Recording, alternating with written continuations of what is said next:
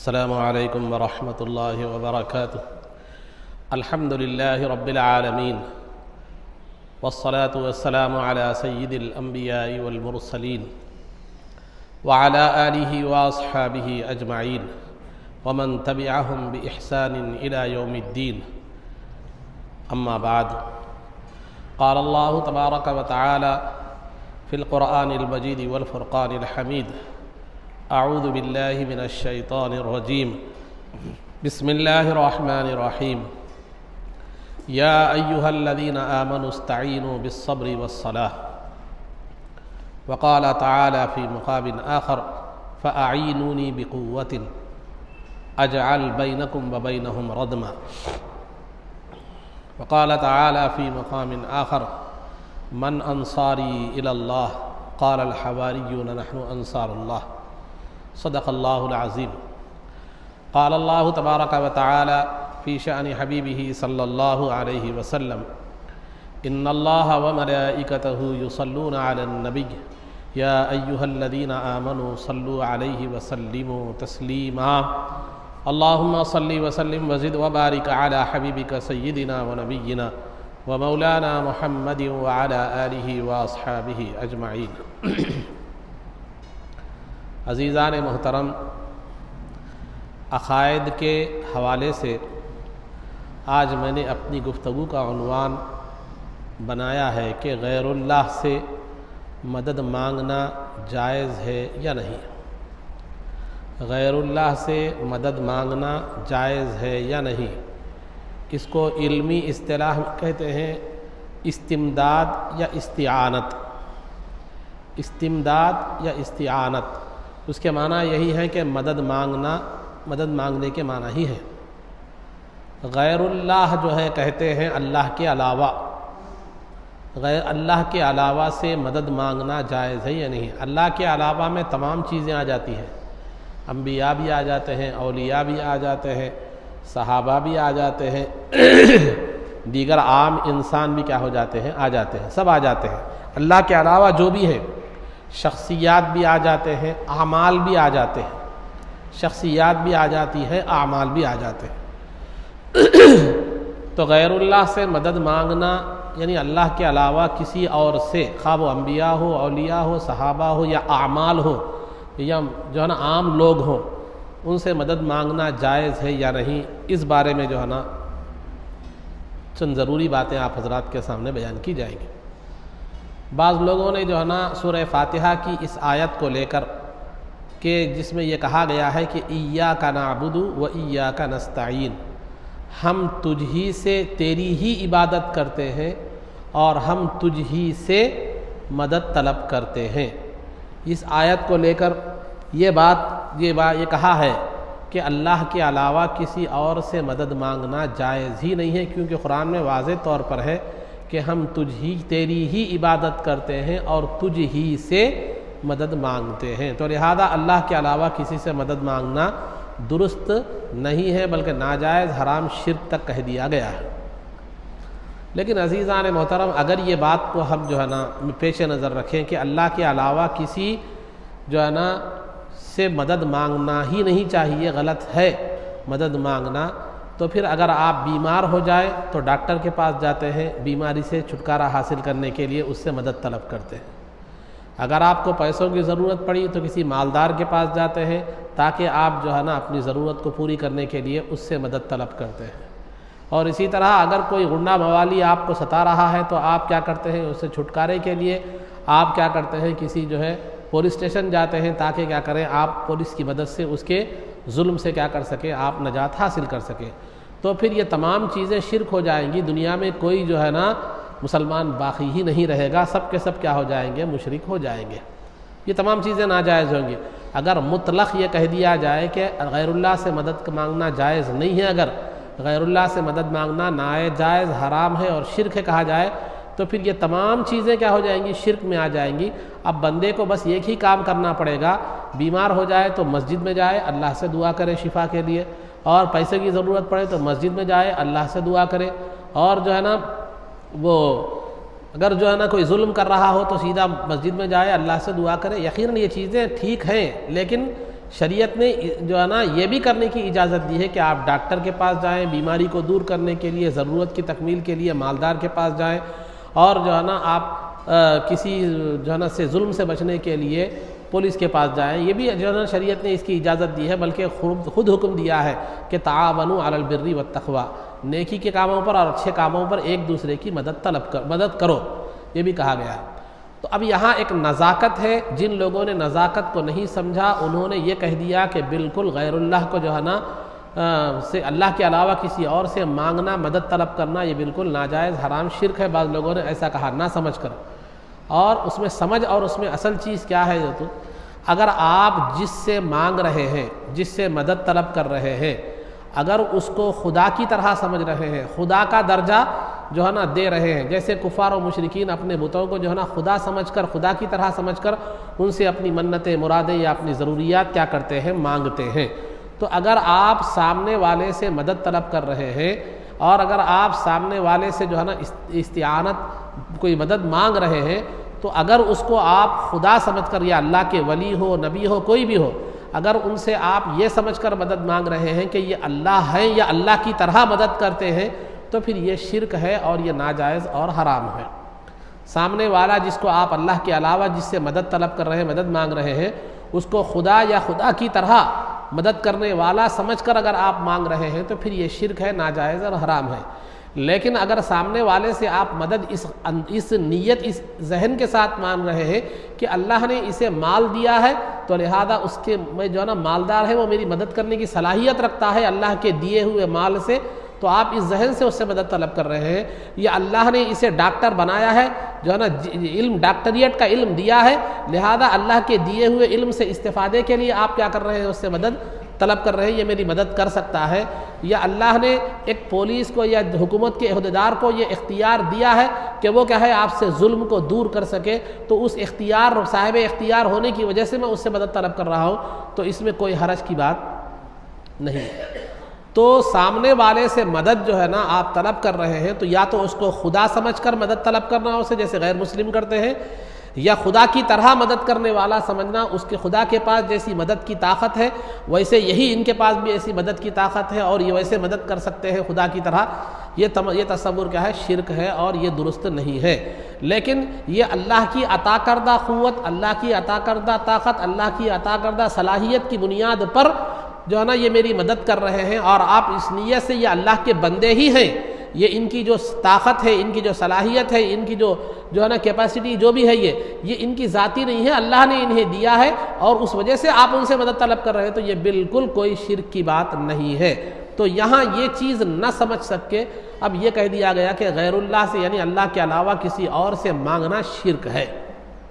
یہ تمہید آپ سمجھ گئے نا؟ تو اللہ سے مدد مانگنا یہ تو بالکل جائز ہے، کسی کے پاس وہ نہیں ہے۔ اللہ کے علاوہ کسی سے اگر آپ کو مدد مانگنا ہے تو اسے خدا یا خدا کی طرح سمجھ کر، اس کی قوت کو، اس کی طاقت کو خدا کی قوت کی طرح سمجھ کر اگر آپ مان رہے ہیں تو یہ شرک ہے نہیں۔ لیکن وہ سامنے والے کو اللہ نے وہ قوت و طاقت دی ہے کہ وہ میری ضرورت پوری کر سکتا ہے، تو پھر اس نیت سے اگر مان رہے ہیں تو پھر جو ہے نا وہ آپ کے لیے جائز ہے، اس میں کوئی شرک نہیں ہے، بلکہ جو ہے نا اس کو جو ہے نا یہ ہے، بلکہ انبیاء، اولیاء، صحابہ نے بھی جو ہے نا یہ معاملات انجام دیے، کیونکہ صحابہ بھی اگر بیمار ہوتے تو جو ہے نا ڈاکٹر کے پاس جاتے تھے، سرکار کو بھی کبھی پیسوں کی ضرورت پڑتی تو مسلمانوں نے سے بلکہ یہودیوں سے بھی قرضہ سرکار نے لیا ہے۔ سرکار سے بڑھ کر متقی کون ہے؟ سرکار سے بڑھ کر اللہ تعالیٰ پر یقین رکھنے والی ذات کون ہے؟ تو سرکار نے خود تعلیم دی کہ جو ہے نا دوسروں سے مدد مانگ سکتے ہیں، لیکن اس کو مخلوق کے درجے میں رکھ کر، محتاج کے درجے میں رکھ کر۔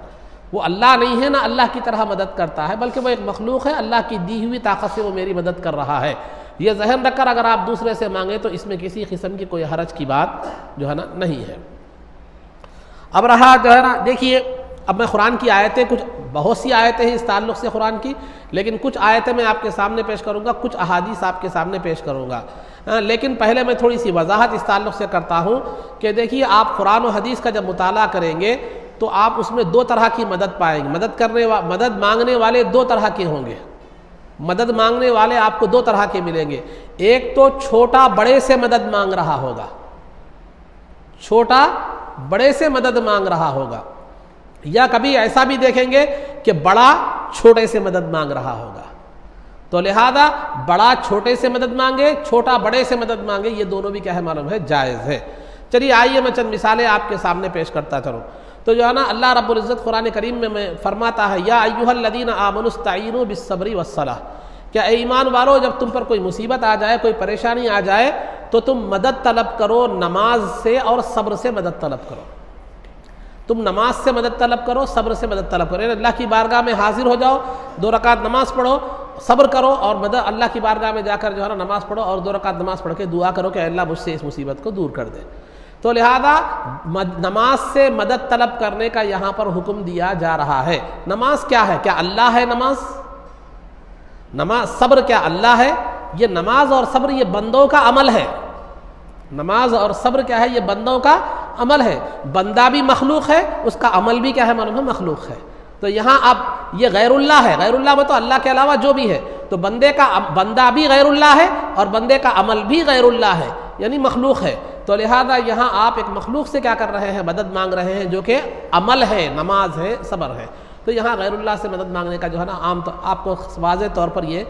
ثبوت ملتا ہے۔ پھر دوسری بات آپ کو یہ ہے کہ جو ہے نا دوسرے مقام پر قرآن کریم میں اللہ نے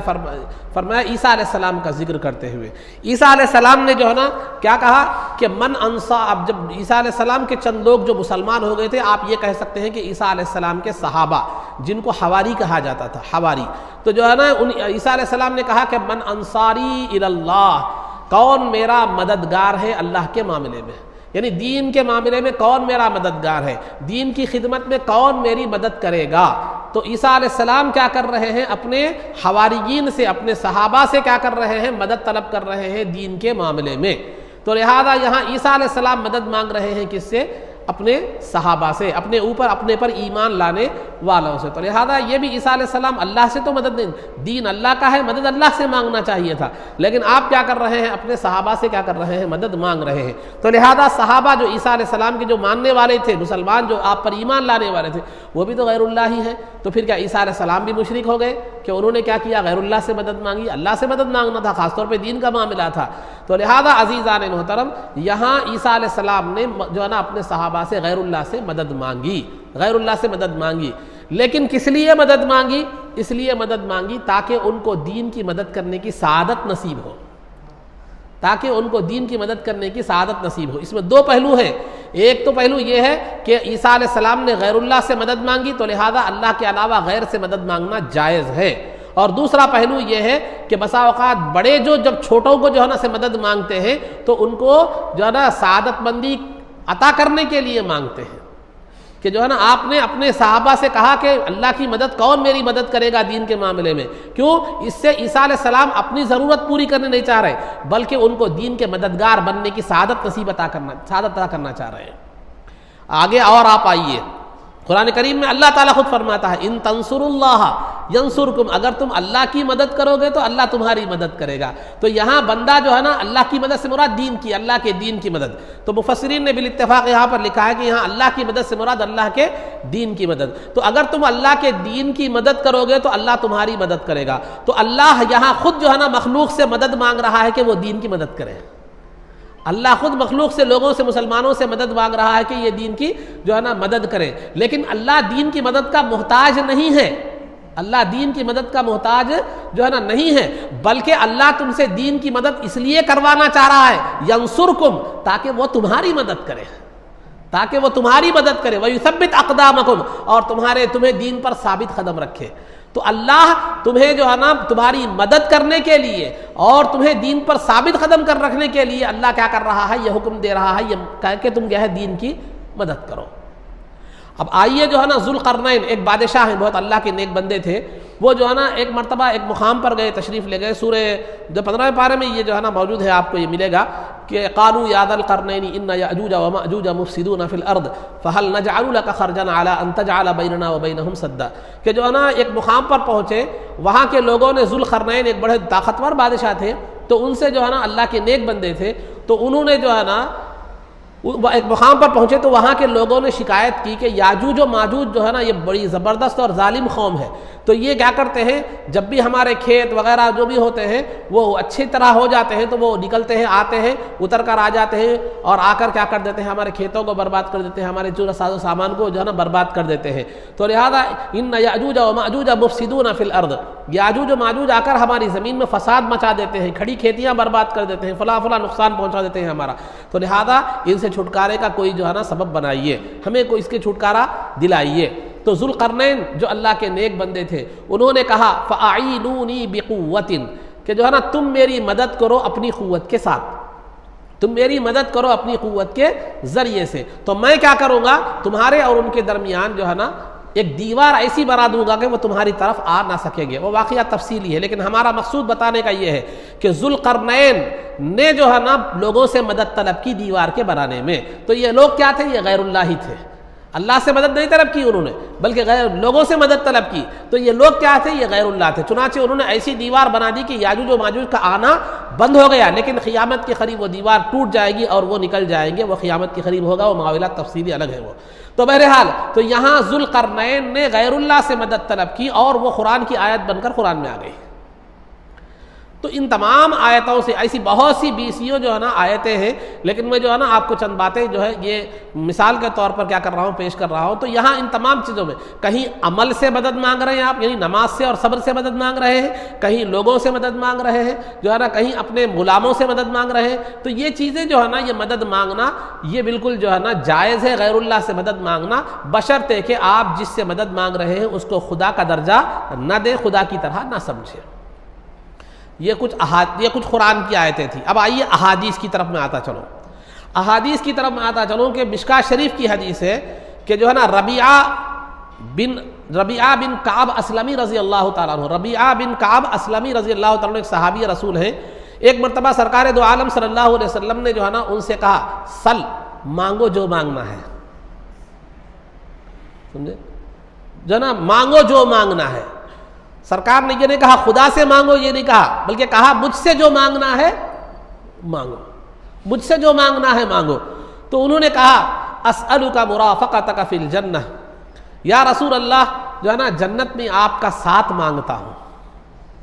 جنت میں آپ کا ساتھ مانگتا ہوں،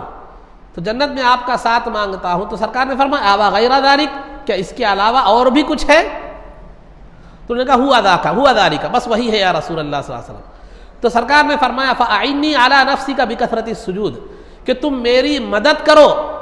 اپنے آپ پر، تمہیں جنت عطا کرنے کے معاملے میں، جنت میں میرا ساتھ عطا کرنے کے معاملے میں تم میری مدد کرو کثرت نوافل کے ذریعے سے، کثرت سے نفل پڑھ کر۔ تو انہوں نے، سرکار نے پہلے پوچھا کہ تمہیں کیا چاہیے، تو انہوں نے جنت میں سنگت مانگی، پھر سرکار ان سے مدد کا طلب کر رہے ہیں کہ تم میری مدد کرو، جو ہے نا میری مدد کرو، کیسا؟ کثرت سے نوافل پڑھ کر، جنت میں تمہیں میرا سنگت عطا کرنے کے معاملے میں کیا کرو، تم میری مدد کرو۔ تو کیا سرکار ان کو جنت میں اپنی سنگت عطا نہیں کر سکتے تھے؟ بالکل عطا کر سکتے تھے، یہ آپ کی جو ہے نا اختیار تھا، اللہ نے آپ کو یہ اختیار دیا ہے، لیکن سرکار نے ان سے کثرت سے نوافل پڑھنے کا حکم یہ دیا، میرا تو اختیار ہے کہ میں تمہیں جنت عطا کروں، لیکن تم بھی اپنے آپ کو اس قابل تو بناؤ، تم بھی کم از کم اس قابل تو کیا کرو، بناؤ کہ میں جو ہے نا اللہ کی بارگاہ میں جو ہے نا اس کو ذریعہ بنا کر تمہیں کیا ہے اپنی سنگت عطا کر سکو۔ تو بہرحال یہاں سرکار ربیعہ بن کعب سے کیا کر رہے ہیں؟ مدد طلب کر رہے ہیں کہ جنت میں تم جو ساتھ مانگ رہے ہو اس میں میری مدد کرو کثرت نوافل کے ذریعے سے۔ تو یہاں سرکار کس سے مدد طلب کر رہے ہیں؟ ربیعہ سے، اور ربیعہ کون ہے؟ غیر اللہ ہے، غیر اللہ ہے۔ اور آئیے 3 حدیث کی کتابوں کی میں خلاصہ، یہ حدیثیں کیا ہے تھوڑے الفاظ کے فرق کے ساتھ یہ حدیثیں آئی ہیں، اس میں تقریباً پورا بعض میں ایک مفہوم ہے، بعض میں ایک مفہوم ہے، بعض میں ایک مفہوم ہے، اسی لیے میں کیا کر رہا ہوں ان 3 حدیثوں کو ملا کر بتا رہا ہوں۔ حدیث کی کتابوں کا حوالہ میں آپ کو دوں گا۔ ایک حدیث کی کتاب ہے معجم کبیر امام طبرانی کی، معجم کبیر ایک حدیث کا نام ہے، مسند بزار ایک کتاب کا نام ہے، اور مصنف ابن ابی شیبہ، یہ 3 کتابیں ہیں۔ ان 3 کتابوں میں 3 حدیثیں ہیں، ان کا خلاصہ میں آپ کے سامنے رکھ رہا ہوں، 3 حدیثوں کا خلاصہ آپ کے سامنے رکھ رہا ہوں کہ جو ہے نا سرکار دو عالم صلی اللہ علیہ وسلم کا ارشاد گرامی ہے کہ انسان کی جو حفاظت کے لیے کچھ فرشتے ہوتے ہیں، انسان کے لیے حفاظت کے لیے کچھ کیا ہوتے ہیں؟ فرشتے ہوتے ہیں، ان کو کہتے ہیں ملائک الحفظہ، یا ان کو حفظہ کہا جاتا ہے، حفظہ کہا جاتا ہے۔ حفظہ یعنی لوگوں کی حفاظت کرنے والے فرشتے۔ تو سرکار دو عالم صلی اللہ علیہ وسلم کا ارشاد گرامی ہے مسند بزار میں یہ ہے کہ سرکار دو عالم صلی اللہ علیہ وسلم کا ارشاد گرامی ہے کہ حفظہ نامی ان للہ ملائکۃ سوی الحفظہ، کہ اللہ کے کچھ فرشتے ہیں یہ حفاظت کرنے والے فرشتوں کے علاوہ، اللہ یہ حفاظت کرنے والے جو فرشتے ہیں یہ اللہ کی حفاظت کرنے والے فرشتوں کے علاوہ بھی اللہ کے کچھ فرشتے ایسے ہیں جو ہر چیز کو لکھتے ہیں، یہاں تک کہ اگر درخت سے پتا بھی گرتا ہے تو لکھتے ہیں۔ درخت سے پتا بھی گرتا ہے تو کیا کرتے ہیں وہ جو ہے نا لکھتے ہیں۔ تو لہذا اگر تم کسی اگر تم کسی جنگل میں سفر کے دوران کھو جاؤ، اگر تمہیں کسی جنگل میں تم کیا ہے سفر کے دوران کھو جاؤ اور کوئی راستہ دکھانے والا نہ ملے، کوئی راستہ دکھانے والا اگر تمہیں جو ہے نا نہ ملے تو تم یہ کہو اعینونی یا عباد اللہ، اعینونی یا عباد اللہ، اے اللہ کے بندو میری مدد کرو، اے اللہ کے بندو میری مدد طلب کو راستہ طے کرنے میں۔ تو یہاں کس سے مدد طلب کرنے کا حکم دے رہے ہیں؟ اللہ سے نہیں، اللہ کے بندوں سے۔ اللہ کے بندے کون ہیں؟ غیر اللہ ہے۔ اب وہ اللہ کے بندے کون ہیں جن سے مدد طلب کی جا رہی ہے؟ سمجھے؟ اللہ کے وہ بندے کون ہیں جن سے مدد طلب کی جا رہی ہے؟ وہ اللہ کے بندے یا تو ملائکہ ہیں، فرشتے ہوں گے، یا یا جنات ہوں گے، یا وہ جنات نیک اور پاک جنات ہوں گے، اور یا تیسرے جو ہے نا رجال الغیب ہوں گے۔ رجال الغیب کا مطلب یہاں ابدال مفسرین اکرام نے بیان، محدثین نے بیان فرمایا۔ ابدال کا مطلب کیا ہے؟ اولیاء اللہ کی دو قسمیں ہیں، یاد رکھیے، اولیاء اللہ کی دو قسمیں ہیں۔ ایک اولیاء کی ایک قسم وہ ہے جو لوگوں کو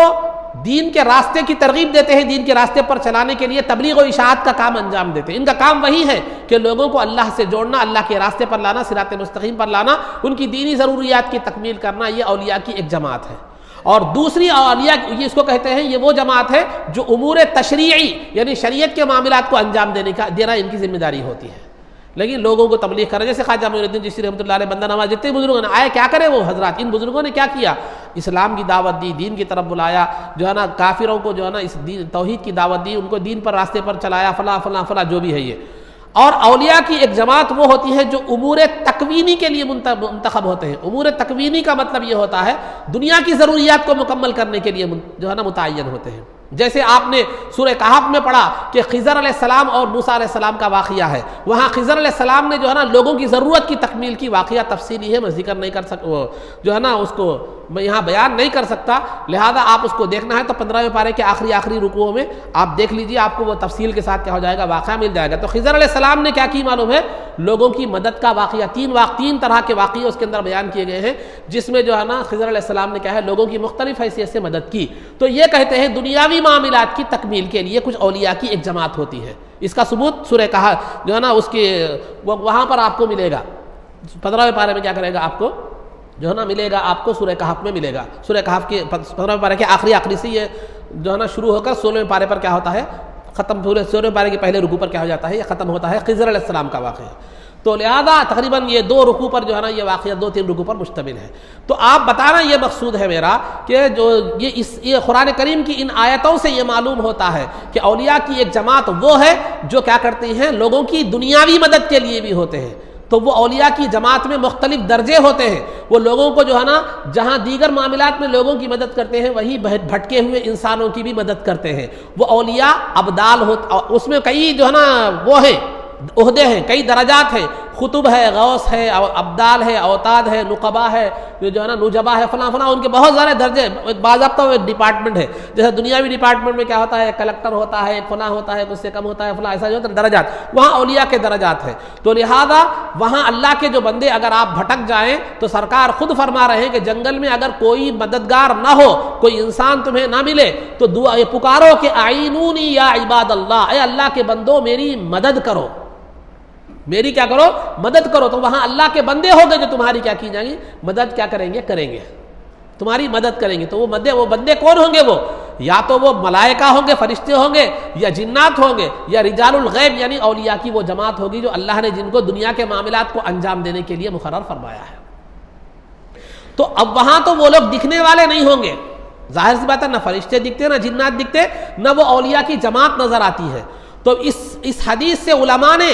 جو ہے نا شارحین نے استدلال کیا ہے کہ جب سرکار نے یہ حکم دیا کہ تم اللہ کے بندوں کو مدد کے لیے طلب، ان سے مدد مانگو، ان سے مدد طلب کرو، اور وہ بندے تمہیں دکھائی نہیں دے رہے ہیں، تو لہذا دکھائی دینے والی چیز سے جس طرح مدد مانگی جا سکتی ہے، اسی طرح دکھائی نہ دینے والی مخلوق سے بھی کیا کی جا سکتی ہے، مدد مانگی جا سکتی ہے۔ تو اسی طرح انبیاء اور اولیاء کی زندگی میں ان کو دکھائی دینے کی حالت میں جب وہ ہوتے ہیں، وہ اس حالت میں بھی ان سے مدد مانگی جا سکتی ہے۔ جب وہ اس دنیا سے پردہ فرما جاتے ہیں تو ان کی روح جو دکھائی نہیں دیتی اس سے بھی مدد مانگی جا سکتی ہے، مگر ذہن میں وہ رہے، خدا نہ سمجھے، خدا کی طرح نہ سمجھے، خدا نہ سمجھے، خدا کی طرح نہ سمجھے۔ اس حدیث سے کیا بات صاف طور پر معلوم ہوتی ہے؟ تو غیر اللہ سے مدد نہیں مانگ رہے آپ، یا تو فرشتے ہوں گے وہ، یا جنات ہوں گے، یا کوئی اللہ والے ہوں گے، تو وہ غیر اللہ ہی تو ہیں۔ اور آپ کو تو اور زیادہ بتا دوں، مصنف ابن ابی شیبہ کی حدیث میں تو یہاں تک بھی کہا گیا ہے کہ جو ہے نا، اگر تمہارا جانور کھو جائے، اگر تمہارا جانور کھو جائے یا بھاگ جائے، بدک کر بھاگ جائے تمہارا جانور، تو تم پکارو اے اللہ کے بندو میرے جو ہے نا جانور کو روکو، اس کو قابو میں کرو، اس کو پکڑو، تو وہاں اللہ کے بندے ہوں گے تمہارے جانور کو روکیں گے اور اس کو قابو میں کریں گے، وہاں تمہیں کیا کریں گے، قابو میں جو ہے نا کریں گے۔ اور دوسری بات، شریعت کا ایک فقہ کا ایک مسئلہ ہے جو میں نے اس سے پہلے بھی بتایا ہے، فقہ کا ایک مسئلہ ہے کہ اگر آپ کسی ایسے مقام پر چلے جائیں، جو ہے نا ایسے مقام پر چلے جائیں جہاں جنات وغیرہ ظاہر ہوتے ہوں، لوگوں کو ستاتے ہوں، جو ہے نا مقام مثلا جنات والا مقام ہے، ستانے والا، تو وہاں کیا کرو، ان جنات سے حفاظت کے لیے اذان دو، اذان سے مدد طلب کرو، تو وہاں وہ جنات کیا ہو جائیں گے، تمہیں نقصان نہیں پہنچے۔ یہ اذان کیا ہے، اپنا عمل ہے، تو بندے کا عمل کیا غیر اللہ نہیں ہے؟ تو لہذا خلاصہ گفتگو یہ ہے کہ اللہ کے غیر سے مدد مانگنا جائز ہے، خواہ وہ انبیاء ہو یا اولیاء ہو، اولیاء کی صحابہ کی زندگی میں ہو یا زندگی کے جو ہے نا بعد ہو، یا دیگر کوئی اور غیر مسلم بھی ہو، جیسے ڈاکٹر ہے یا کوئی اور جو ہے نا پولیس ہے وغیرہ وغیرہ، کسی سے بھی آپ کیا کر سکتے ہیں، غیر اللہ سے مدد مانگ سکتے ہیں، بشرطے کہ نہ اسے خدا سمجھا جائے، نہ خدا کی طرح سمجھا جائے، نہ اس کی قوت کو، اس کی مدد کو خدا کی مدد کی طرح سمجھا جائے، بلکہ یہ ذہن رکھا جائے کہ اللہ نے اسے قوت و طاقت اور صلاحیت دی ہے، اس کی وجہ سے میں اس سے کیا کر رہا ہوں، مدد طلب کر رہا ہوں۔ یہ جو ہے نا، تو لہذا ایک عام طور پر بات یہ اٹھا دی گئی کہ غیر اللہ سے مدد مانگنا جائز نہیں ہے، جائز نہیں ہے، جائز نہیں ہے، شرک ہے، کفر ہے، تو پھر ایسا صورت میں کوئی بھی آدمی مسلمان باقی نہیں رہے گا، اور یہ ممکن ہی نہیں ہے۔ غیر اللہ سے مدد نہیں مانگنا بلکہ جو بولتے ہیں وہی پولیس اسٹیشن کو بھی جاتے ہیں، وہی جو ہے نا مالدار کے پاس بھی جاتے ہیں، وہی بیمار ہو تو ڈاکٹر کے پاس بھی جاتے ہیں، ان سے کہنا کہ مسجدوں میں کیوں نہیں جا رہے، پھر آپ بولتے تو شرک بولتے ہیں، پھر جاتے خود ہی ہے، جاتے تو خود ہی ہیں۔ تو لہذا میٹھا میٹھا ہاف ہاف، کڑوا کڑوا تھو تھو، اپنے لیے الگ، دوسروں کے لیے الگ۔ تو یہاں یہ سمجھ نہ ہونے کی وجہ سے تو یہ ہے، یہ عقیدہ ہمارا کیا ہونا چاہیے، پورے عقیدے کا خلاصہ کیا ہے، آپ اللہ کے علاوہ دوسروں سے بھی مدد مانگ سکتے ہیں، بشرطے کہ آپ وہ جس سے آپ مدد مانگ رہے ہیں اس کو خدا نہ سمجھیں، خدا کی طرح نہ سمجھیں، اور اس کی طاقت اور قوت کو خدا کی طاقت کی قوت کی طرح نہ سمجھیں، بلکہ یہ عقیدہ رکھیں اللہ نے اسے قوت، طاقت اور صلاحیت دی ہے جس کی بنیاد پر میں اس سے کیا کر رہا ہوں، مدد طلب کر رہا ہوں،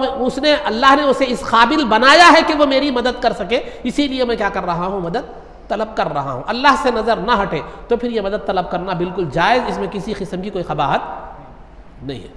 یہ عقیدے کے حوالے سے چند باتیں آپ حضرات کے سامنے جو ہے نا میں نے عرض کی ہے۔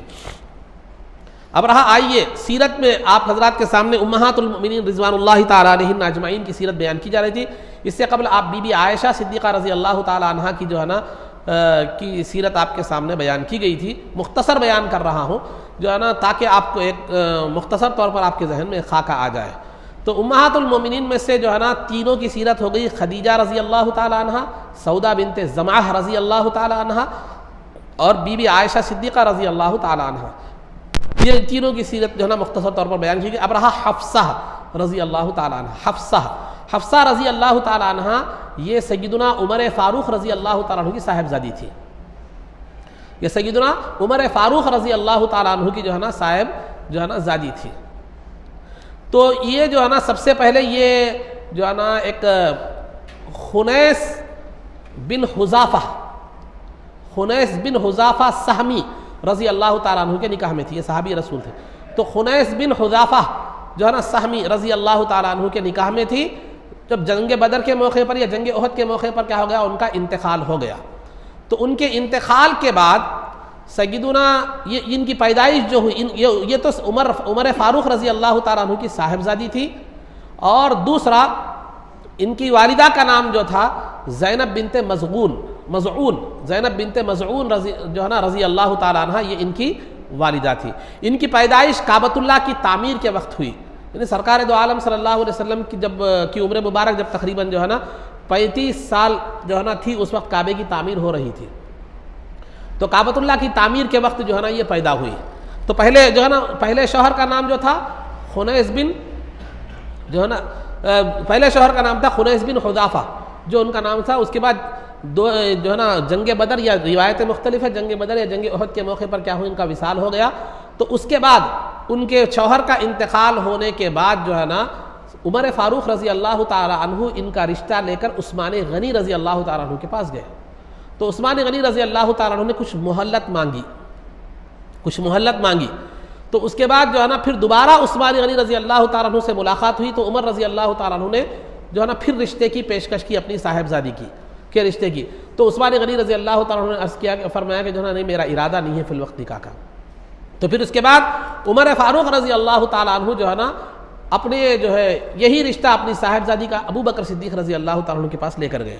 تو ابو بکر صدیق رضی اللہ تعالی عنہ نے کچھ جواب نہیں دیا, خاموشی اختیار کی. تو عمر فاروق رضی اللہ تعالی عنہ کو بحیثیت باپ ہونے کی تھوڑی سی رنجیدگی ہوئی, فکر ہو گئی, غمزدہ ہو گئے کہ کیا بات ہے, میری بیٹی کا رشتہ نہیں جم رہا. کیونکہ ہر بیٹا ہر باپ کو یہ چیز کیا ہوتی ہے. لیکن 3-4 دن کا وقت گزرا تھا کہ جو ہے سرکار دو عالم صلی اللہ علیہ وسلم نے ان کے لیے نکاح کا پیغام بھیجا. 3 ہجری میں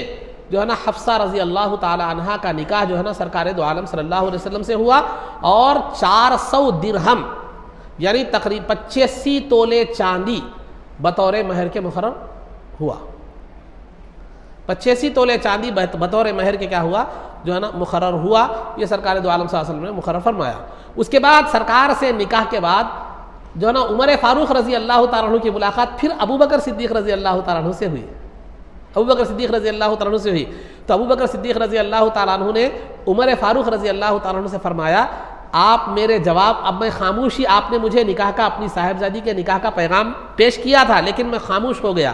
ہو سکتا ہے میری وجہ سے آپ کو کچھ غم ہوا ہوگا, لیکن میرے خاموش رہنے کی وجہ یہ تھی کہ مجھے یہ اندازہ لگ گیا تھا کہ سرکار پیغام بھیجنے والے ہیں, اسی لیے میں نے خاموشی اختیار کی. تو بہرحال 3 ہجری میں ہجرت کے تیسرے سال حفصہ بنت عمر رضی اللہ تعالی عنہ کا نکاح سرکار دو عالم صلی اللہ علیہ وسلم سے ہوا. ایک مرتبہ جو ہے نا سرکار دو عالم صلی اللہ علیہ وسلم نے کچھ نجی معاملات کی وجہ سے ان کو کیا کر دی, طلاق دے دی. یعنی ایک طلاق رجعی دے دی. تو جب وہ انہیں طلاق دے دی تو اللہ رب العزت نے جبریل امین کو بھیجا یہ حکم دے کر کہ ارجعها فإنها صوامة وقوامة فإنها من زوجتك في الجنة او كما روي. کہ جبریل امین کو سرکار دو عالم صلی اللہ علیہ وسلم نے بھیجا, جبریل امین کو اللہ رب العزت نے بھیجا اور کہا کہ اے محمد صلی اللہ علیہ وسلم, حفصہ کو اپنے نکاح میں دوبارہ واپس لے لیجئے, کیونکہ وہ بہت زیادہ روزہ رکھنے والی اور بہت زیادہ عبادت گزار خاتون ہے, اور وہ جنت میں آپ کی زوجہ بھی ہوں گی. تو سرکار نے بذریعہ جبرائیل جو خدا کا حکم آیا اس کو جو ہے نا آپ نے اپنا لیا, پھر انہیں کیا کر لیا, جو ہے نا لوٹا لیا, اور وہ ساری حیات آپ کے ساتھ رہی. اور 45 ہجری میں جب امیر معاویہ رضی اللہ تعالیٰ عنہ کا دور خلافت تھا,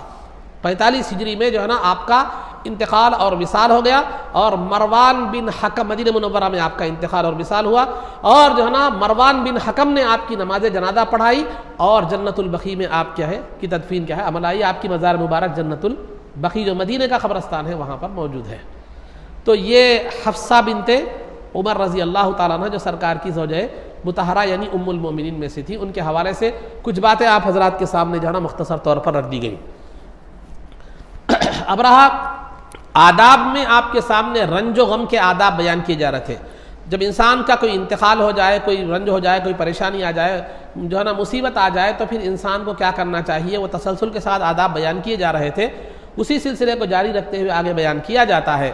کہ اگر کوئی مسلمان بھائی رنج و غم میں ہو تو اسے تنہا اور بے یار و مددگار نہ چھوڑے، بلکہ اس کے پاس جائیں، اس کے غم میں شریک ہو، اس کے غم کو اس کو تسلی دے اور اس کے غم کو ہلکا کرنے کی کوشش کریں۔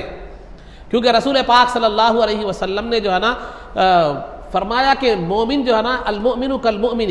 جو ہے نا ایک مومن دوسرے مومن کے لیے جو ہے نا ایک عمارت کی طرح ہے، ایک اعضا کی طرح ہے، ایک مومن دوسرے مومن کے لیے اعضا جسم کے اعضا کی طرح ہے۔ جو ہے نا اگر ان میں سے ایک عضو کو بھی تکلیف ہو تو سارا جسم کیا ہوتا ہے؟ متاثر ہوتا ہے۔ تکلیف ایک عضو میں ہوتی ہے لیکن متاثر سارا جو ہے نا جسم ہوتا ہے۔ تو لہذا ایک مومن کو اگر تکلیف ہو تو سب فکر مند ہوں اور اس کی تکلیف کو دور کرنے کی، خواہ وہ ضرورت ہو تو اس کو دور کرنے کی، یا کوئی پریشانی ہو تو تسلی دینے کی، بہرحال جس حیثیت سے بھی آپ اس کی تکلیف کو دور کر سکتے ہیں یہ کرنے کی جو ہے نا کوشش کریں۔ اگر مسلمان آج اگر اس ایک حدیث پر بھی عمل کر لیں کہ دوسرے کی مسلمان کی تکلیف کو اپنی تکلیف سمجھے تو دنیا کی کوئی قوم آپ پر غلبہ حاصل نہیں کر سکتی۔ صرف ایک ہی حدیث پر اگر آپ عمل کریں، کوئی بھی آپ پر ظلم نہیں کر سکتا، کوئی بھی آپ کی طرف بری نگاہ اٹھا کر نہیں دیکھ سکتا، کوئی بھی آپ کی طرف ہاتھ بڑھانے کی ہمت نہیں کر سکتا، بشرطے کہ ہر مسلمان اپنے مسلمان بھائی کی تکلیف کو، اس پر ہونے والے ظلم کو اپنے اوپر تصور کرے۔ مگر ہمارے پاس کیا ہوگا؟ گھر کے بازو میں ہوندا، اپنے پاس اپنا کیا جا رہا، اپنے پاس اس وقت دیکھیے، پھر آپ کے پاس اس وقت دوسرا کہیں کو مدد کرے گا۔ تو بہرحال تو یہ اس کے غم میں شریک ہونا، اگر وہ مدد کی طلب ضرورت ہے تو مدد کرنا، خواہ وہ مدد زبانی ہو، مالی ہو، یا جو ہے نا طاقت سے ہو، جس حیثیت سے بھی وہ مدد کی ضرورت ہو اسے کیا کرے؟ مدد کیا کرے۔ تو یہ مسلمان کا۔ اور چنانچہ جو ہے نا جعفر طیار رضی اللہ تعالیٰ عنہ کا، ابو داؤد کی حدیث ہے کہ جعفر طیار رضی اللہ تعالیٰ عنہ کا جب وصال ہو گیا، شہید ہو گئے جب آپ، تو سرکار دو عالم صلی اللہ علیہ وسلم نے صحابہ کو حکم دیا کہ تم لوگ کھانا پکا کر جو ہے نا جعفر کے گھر میں بھیجو، کیونکہ آج ان کے گھر والے غم میں ہیں، لہذا ان کے کھانے کا انتظام تم کرو۔ تو آج ہمارے پاس مرحومین کے گھر کو جو کھانا بھیجتے ہیں یہ حدیث ہی کی وجہ سے ہے، یہ حدیث ہی کی جو ہے نا وجہ سے ہے۔ تو یہ کھانا بھیجنا ناجائز حرام نہیں ہے، بلکہ یہ حدیث سے ثابت ہے۔ خود سرکار نے صحابہ کو حکم دیا تھا کہ جعفر طیار رضی اللہ عنہ جب شہید ہو گئے تو جو ہے نا ان کے گھر کو کھانا بھیجنے کا سرکار نے خود حکم دیا تھا، کیونکہ ان کے اہل و عیال غم میں ہیں، وہ پکا نہیں سکتے۔ تو لہذا خلاصہ گفتگو یہ ہے کہ جب کوئی تکلیف مسلمان کو آ جائے تو اس کے غم میں شریک ہو، اس کے غم کو کسی نہ کسی حیثیت سے ہلکا کرنے کی جو ہے نا یہ کوشش کریں۔ اور دوسری بات جو ہے نا، جب آپ جو ہے نا کسی مصیبت میں گرفتار ہو جائے، پریشانیوں میں گرفتار، خواہ وہ مالی پریشانیاں ہو، کوئی بھی ہو، کاروبار نہیں چل رہے، فلاں عاملوں کے پاس جانے کے بجائے آپ اس آیت کا کثرت سے ورد رکھیں، لا الہ الا انت سبحانک انی کنت من الظالمین، لا الہ الا انت سبحانک انی کنت من الظالمین۔ یہ آیت کریمہ جس کو ہم کہتے ہیں، یہ لوگوں کو بلا کر 1.25 لاکھ بیجاں ڈال کے سب کو زبردستی کرانے کی ضرورت نہیں ہے، دوسروں سے پڑھا کر خود جو ہے نا دوسرے کاموں میں مصروف ہونے کی ضرورت نہیں ہے، بلکہ خود پڑھیے جتنا ہو سکے۔ نہیں دوسروں کو بلا رہے ہیں، تھوڑا بگارا کھانا دالچا قورمہ بنا دیے، محلے والوں کو بلا کے 1.25 لاکھ بیجاں ڈال دیے۔ ارے مصیبت آپ کو ہے، آپ پڑھیے، 1.25 لاکھ ضروری نہیں ہے اس کے لیے۔ چلتے پھرتے نمازوں کے بعد یہ مسلم ورد رکھیے، لا الہ، آپ کو 1.25 لاکھ پڑھنا ضروری نہیں ہے۔ جب بھی موقع ملا، مصیبت میں ہے، کاروبار نہیں چل رہا، پریشانیاں ہیں، نماز کے بعد 1 مرتبہ 2 مرتبہ 3 مرتبہ، یا کہیں بھی بیٹھے ہوئے ہیں، جیسی بھی حالت میں آپ ہیں، باقی اچھی حالت میں، مناسب جگہ، دکان پر بیٹھے ہوئے ہیں، پڑھیے لا الہ الا انت سبحانک انی کنت من الظالمین۔ اور ایک بات بتاتا چلو میں آپ کو، کاروبار اگر آپ کے نہیں چل رہے ہیں تو پھر تعویذوں کے لیے آئیں گے، تعویذوں کے لیے مت آئیے میرے پاس۔ تو جو ہے نا کاروبار نہیں چل رہے ہیں آپ کے، تو صبح میں دکان پر جو ہے نا فجر کی نماز کے ساتھ ہی دکان کھولیے، اور فجر کی نماز کے بعد جو ہے نا یاسین پڑھیے، اور جو ہے نا اس مقصد سے کہ کاروبار جو ہے نا میرے خیر و برکت ہو۔ اور دوسرا یاسین پڑھنے کے بعد عبد الرحمن بن عوف رضی اللہ تعالیٰ عنہ کے نام پر فاتحہ دلائیے۔ عبد الرحمن بہت کامیاب تاجر تھے، یہ صحابی رسول، تو جو ہے نا ان کے نام پر فاتحہ دلائیے، یہ بھی ایک طریقہ ہے۔ یہ میرے کو اتنا چمل معلوم ہے، دوسرے نہیں معلوم ہے، یہ بات بھی ذہن میں رکھیے۔ تو بہرحال یہ ایک ہو گیا۔ تو اگر مصیبت اگر آپ کو آ جائے، پریشانیوں میں گھر جائیں، تو لا الہ الا انت سبحانک انی کنت من الظالمین کا ورد کثرت سے جاری رکھیے، اس کے لیے کوئی وقت نہیں ہے، آپ جب چاہے نمازوں کے بعد ہو، خالی وقت میں، دکان میں بیٹھے ہوئے، کبھی آپ پڑھ سکتے ہیں۔ تیسری بات، اگر رنج و غم اتنے اس قدر ہو جائے کہ زندگی دو بھر ہو جائے، مشکل ہو جائے، زندگی پریشان دو بھر ہو جائے، تو وہاں لوگ دو طرح کا ری ایکٹ کرتے ہیں، 2 طرح کا ان کا عمل دیکھا جاتا ہے۔ یا تو بعض لوگ ہمت ہار کر خودکشی کر لیتے ہیں، پریشانیاں بڑھ جائیں تو ہمت ہار کر خودکشی کر لیتے ہیں، یا جو خودکشی نہیں کرتے یہ کہتے ہیں اللہ مجھے موت دے دے، موت دے دے، موت دے دے کہتے ہیں، لیکن موت کی تمنا کرنا بھی درست نہیں ہے، خودکشی کرنا بھی درست نہیں ہے۔ یہ دعا رکھی ہے ہمیشہ ورد میں، اتنی جو ہے نا جان اتنی مصیبتیں آ جائیں، اگر جان پر آ جائیں تو یہ دعا پڑھیے، اللہم احینی ما کانت الحیات خیرا لی وامیتنی ما کانت الحیات جو ہے نا اذا کانت الوفات خیرا لی۔ تو یہ اگر عربی نہیں آتی تو یہ دعا اردو میں کیجئے، اے اللہ جب تک زندگی میرے لیے بہتر ہے اس وقت تک مجھے زندہ رکھ، اور اگر میرے لیے موت بہتر ہے تو مجھے موت عطا فرما، مگر موت کی تمنا نہیں کرے، اللہ مجھے موت دے دے، زندگی سے بیزار آ گیا ہوں، چھٹکارا دے دے، مرتا کہیں نہیں، میرے کو کیوں نہیں دے رہا موت، اس طرح کہنے کے بجائے اللہ جب تک زندگی میرے لیے بہتر ہے مجھے زندہ رکھ، جب میرے لیے موت بہتر ہے مجھے موت کیا کر عطا کر۔ یہ ایک ہے۔ اور اگر کسی کو مصیبت میں دیکھے، کسی کو پریشانی میں دیکھے تو یہ کہیں کہ جو ہے نا اللہ کا شکر ہے کہ اللہ نے تجھے جو مصیبت عطا فرمائی ہے اس مصیبت میں مجھے مبتلا نہیں کیا اور مجھے بہت سے لوگوں پر فضیلت عطا فرمائی۔ یہ عربی عبارت بھی ہے، لیکن جو ہے نا میں آپ کو ترجمہ بتا رہا ہوں تاکہ وہ عربی عبارت یاد رہنا مشکل ہے۔ تو یہ تو سامنے جا کے زور سے پڑھیں گے آپ، اس کو بیچارے کو اور تکلیف ہوتی، دل میں پڑھی ہے، اے اللہ، اللہ کا لاکھ لاکھ شکر ہے کہ اللہ نے مجھے تیری مصیبت میں مجھے مبتلا نہیں فرمایا۔ پھر اس کی مصیبت کے جو ہے نا دوری کے لیے بھی کیا کیجیے، دعا کہ اللہ اس کی مصیبت کو بھی دور فرما۔ تو یہ رنج و غم کے جو ہے نا کچھ آداب آپ کے سامنے جو ہے نا بیان کیے گئے۔ مسائل میں جو ہے نا آپ کے سامنے مسجد کے حوالے سے کچھ مسائل، آداب احکام جو ہے نا بیان کیے جا رہے تھے، اور میں نے آپ کو بتایا تھا کہ جو ہے نا یہ مسجد کے حوالے سے آداب و احکام بیان کیے جا رہے تھے۔ آپ کو بتایا تھا کہ مسجد کے 3 درجے بتائے تھے میں مسجد کے حوالے سے۔ ایک تو وہ عمارت جس میں جو ہے عبادت کی جاتی ہے، عبادت کے لیے بنائی جاتی ہے، ایک تو دوسرا مسجد کا صحن، ایک تیسرا جو ہے نا ملگیاں وغیرہ جو ہوتے ہیں، وضو خانے ملگیاں وغیرہ ہوتے ہیں، تو ملگیاں وضو خانے وغیرہ تو جو ہے نا مسجد میں داخل نہیں ہے، ملگیاں وضو خانے وغیرہ مسجد میں داخل نہیں ہے، وہ بالکل مسجد نے عام بازار کی زمین کی طرح اس کا حساب ہوتا ہے، وضو خانے، ضرورت خانے، ملگیاں۔ دوسرا مسجد کا صحن، مسجد کے صحن کی 2 صورتیں ہیں۔ اگر آپ نے وہ زمین جو صحن یا مسجد کی جو خریدی ہے اس نیت سے خریدی ہے کہ وہ بھی اس میں بھی نماز پڑھنا ہے، لیکن پیسے اتنے نہیں ہو سکے یا حالات کی وجہ سے آپ پوری مسجد نہیں بنا سکے، مگر ارادہ کیا ہے وہ بھی مسجد کی نیت سے ہی خریدے ہیں، آپ وہ جو صحن جو خریدے ہیں وہ بھی مسجد کی نیت سے خریدے ہیں، تو وہ مسجد کا درجہ رکھتا ہے، وہ مسجد ہی کا حکم رکھتا ہے، اس میں نماز بھی پڑھ سکتے ہیں آپ، اس میں جو بھی کہے مسجد کا ہی حکم رکھتا ہے، جو آداب میں نے پیچھے بیان کیے ہیں وہی آداب رہیں گے۔ نہیں، لیکن مسجد میں جو مسجد کے لیے تو آپ نے زمین خرید لی تھی، بازو میں جو ہے نا ایک زمین کا ٹکڑا خریدا تھا، لیکن وہ مسجد نماز کی نیت نہیں، دیکھیں گے آگے مسجد کو ضرورت پڑی تو مسجد میں شامل کریں گے، نہ تو کاروبار لگائیں گے، گھر بنا کر دیں گے، کچھ بھی ایسا مسجد نماز پڑھنے کی نیت سے اس کو نہیں خریدا تھا آپ، تو وہ مسجد کے حکم میں نہیں ہے اور مسجد کے آداب اس سے وابستہ نہیں۔ تو صحن بھی 2 طرح کے ہوتے ہیں، ایک تو وہ کہ آپ نے خریدتے وقت ہی اس پر نماز کی نیت کی ہو، یا نہیں تو بعد میں جو ہے نا خریدتے وقت آپ نے نماز کی نیت نہیں کی بلکہ آپ کا یقینی طور پر نماز کا وہ نہیں تھا، دیکھیں گے حالات کے لحاظ سے اس کے تعلق سے فیصلہ کریں گے، تو پھر وہ مسجد کے صحن کا درجہ نہیں رکھتا، مسجد کے احکامات اس پر جو ہے نا لاگو نہیں ہوتے جب تک کہ وہ مسجد میں شامل نہ کیا جائے، مسجد میں شامل جو ہے نا نہ کیا جائے۔ اور دوسری بات ہمارے پاس کیا ہوتا بلکہ بولے تو جو ہے نا مسجد میں کوئی قرآن دیے آپ کو پڑھنے کے لیے، قرآن وغیرہ لا کر رکھے، تو مسجد میں قرآن وغیرہ لا کر رکھے تو یہاں مسجد میں قرآن بہت زیادہ ہو گئے سمجھیے، بس وقت قرآن ہوتے ہیں، 5 سورے ہوتے ہیں، تسبیحات ہوتی ہیں، یاسین ہوتے ہیں، مختلف صورتیں، کوئی مسجد میں لا کر کیا کرتے ہیں رکھتے ہیں قرآن وغیرہ وغیرہ، تو لہذا وہ مسجد میں بہت زیادہ ہو گئے، لیکن کوئی دوسری مسجد ایسی ہے گاؤں وغیرہ کی مسجد ہے، وہاں پر کیا ہے معلوم ہے قرآن کی ضرورت ہے یا کچھ یاسین وغیرہ کی ضرورت ہے، ایسی کچھ ضرورت ہے وہاں پر ہے، وہاں یہ چیزیں نہیں ہیں، تو آپ اس مسجد سے لے جا کر قرآن وہاں پر رکھ سکتے ہیں، وہاں رکھ سکتے ہیں، بشرطے کہ دینے والے کی نیت کیا ہو، بس مسجد میں لوگ نماز قرآن پڑھے، مسجد میں یاسین پڑھے، اگر یہ نیت سے دیا ہے تو جو ہے نا پھر اس صورت میں آپ دوسری مسجد میں بھی اس کو یہ کر سکتے ہیں، لیکن دینے والے کی نیت یہ ہے کہ نہیں یہی مسجد کے لوگ پڑھنا، یہاں کے لوگ ہی اس سے استفادہ کرنا ہو، تو پھر وہ احتیاط کرنا بہتر ہے اس میں۔ دینے والا خالی اس نیت سے دیا کہ لوگ نمازی جو بھی ہے نماز قرآن پڑھ لیں، میرے ثواب ملے مجھے یا مرحوم کو، یا عام نیت سے دیا ہے، صرف تلاوت کی نیت سے دیا ہے، مسجد کو خاص اس نے نہیں کیا نیت میں، تو پھر جو ہے نا وہ آپ کیا کر سکتے ہیں، وہ دوسری مسجد میں بھی، وہ ایک مسجد کے پارے یا دوسری مسجد میں بھی کیا کر سکتے ہیں، آپ لے جا سکتے ہیں۔ تو لہذا عزیزان تیسری بات یہ ہے کہ بسا اوقات غیر مسلم حضرات کیا کرتے ہیں، مسجد کو چندہ دیتے ہیں، غیر مسلم حضرات جو ہے نا مسجد کو چندہ دیتے ہیں، اس میں حکومت داخل نہیں ہے، حکومت کا چندہ داخل نہیں ہے، کیونکہ حکومت مکمل طور پر جہاں جمہوری حکومت ہے، جیسے ہندوستان ہے، یہ ایک جمہوری ملک ہے، یہاں پہ جو ہے نا حکومت کے پیسے پر جو ہے نا مسلمانوں کا بھی حق ہوتا ہے، ہر جو ہے نا مذہب والے کا کیا ہوتا ہے، اس کے پیسے پر حق ہوتا ہے حکومت کے، کیونکہ ٹیکس وغیرہ مسلمان بھی دیتے ہیں، غیر مسلم بھی دیتے ہیں، سب دیتے ہیں، حکومت نہیں، ایک غیر مسلم بتا رہا، حکومت نہیں، حکومت دی ہوئی پیسے تو پھر آپ استعمال کر سکتے ہیں، لیکن غیر مسلم اگر کوئی جو ہے نا پیسے دیا ہے کہ وہ چندے کے لیے مسجد کا، تو اس کے معاملے میں احتیاط بہتر ہے،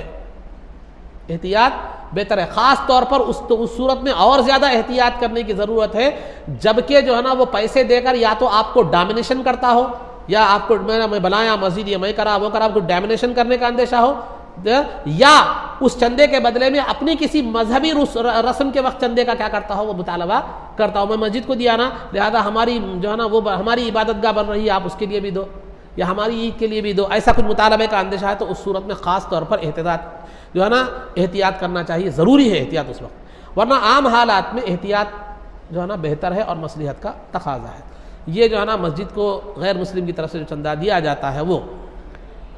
یہ چند باتیں جو ہے نا آپ حضرات کے سامنے مسجد کے حوالے سے اور اس کے احکام اور اس کے آداب کے حوالے سے جو ہے نا بیان کی گئی، انشاءاللہ پھر دیگر باتیں جو ہے نا آپ حضرات کے سامنے آگے بیان کی جائیں گی، دیگر مسائل کا تذکرہ آگے کیا جائے گا۔ اللہ رب العزت سے دعا ہے کہ جو کچھ بھی کہا گیا اس پر عمل کی توفیق رفیق عطا فرما، عزت و عافیت کی زندگی دے اور ایمان پر ہمارا خاتمہ فرما، رسول پاک صلی اللہ علیہ وسلم کے قدموں میں ہمارا حشر فرما، آپ کی شفاعت عظمیٰ سے ہم کو بہرور فرما، آپ کے دست مبارک سے جام کوثر پینا نصیب فرما، جنت میں آپ کی غلامی معیت اور رفاقت نصیب فرما۔ صلی اللہ تعالی وسلم علی خیر خلقہ سیدنا محمد وآلہ وصحبہ اجمعین برحمتک یا ارحم الراحمین والحمد للہ رب العالمین۔